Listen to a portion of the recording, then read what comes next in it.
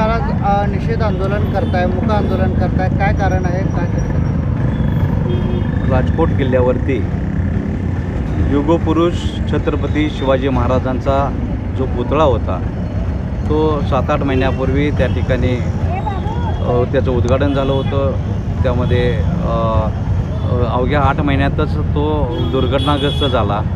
तर हे महाराष्ट्राचं नव्हे तर देशाचं आराध्य दैवत आपले युगपुरुष छत्रपती शिवाजी महाराजांचं हे प्रत्येकाचं सर्व जाती धर्माचं ते प्रतीक आहे आणि त्यामध्ये हे अशी दुर्घटना होणं हे आपल्या दृष्टीनं अनालकालीन आहे. त्यामुळं हा ज्या कॉन्ट्रॅक्टरनी ज्या आर्किटेक्टनी ते जे केलं ते फार चुकीच्या पद्धतीनं त्या ठिकाणी कॉन्ट्रॅक्टर झालं असेल किंवा जे ज्यांना ते बांधण्यासाठी दिलं तर त्या आता यापुढं भविष्यामध्ये सरकारनं लक्ष घालून ते कुठलीही त्रुटी न ठेवता चांगलं भव्य दिव्य असं महाराजांचं स्मारक व्हावं आणि ते आपल्या सर्व महाराष्ट्राचं नव्हे तर देशाचं आराध्य दैवत आहे ते त्यामध्ये कुठले ठेवू नये, उणीव ठेवू नये एवढीच यासाठी आपण सर्व कोल्हापूर जिल्ह्यातील सर्व राष्ट्रवादी काँग्रेस पक्षाचे सर्व पदाधिकारी या ठिकाणी मूक आंदोलनासाठी बसलेले आहेत.